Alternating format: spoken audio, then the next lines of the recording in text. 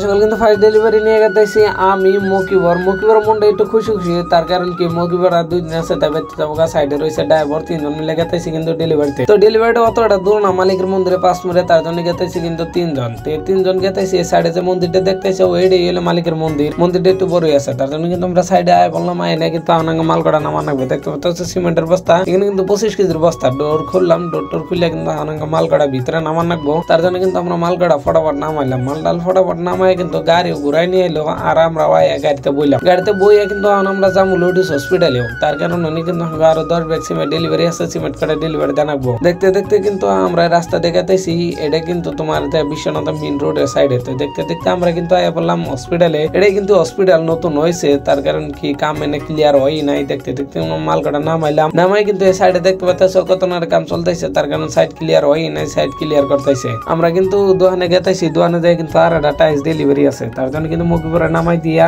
এই যে pick up থুইয়া আমি আর ড্রাইভার 2 জন মিলে গেতেছি কিন্তু টাইস ডেলিভারি বেশি না, তার জন্য কিন্তু 2 জন গেতেছি। এটা কিন্তু মিল নাই ইনসাইডে দিয়ে ওভার বিচে কাম ক্লিয়ার হয় নাই। তারপরে এমরে সাইডে যে ইটে মসজিদটা দেখতেছ, এটা লোক যায় বিলাল মসজিদের পাশ মুড়ে কিন্তু রামজি যে কোম্পানিটা রয়েছে, এই কোম্পানিটা কিন্তু একটু বড়ই আছে। তারপরে কিন্তু দেখতে দেখতে কিন্তু আমরা ট্রেন লাইনের বুগল দিয়ে কিন্তু গেতেছি ডেলিভারি। ট্রেন লাইন আছে, ট্রেন নাই, তার জন্য কিন্তু আমরা বললাম ডেলিভারি মাল কাটা নামাইলাম। মালটা নামাই কিন্তু আমরা গাড়িতে বইলাম। তো আজকের ভিডিওটা এই পর্যন্ত। ভিডিওটা কেমন হয়েছে অবশ্যই সবাই কমেন্ট করে জানাবেন।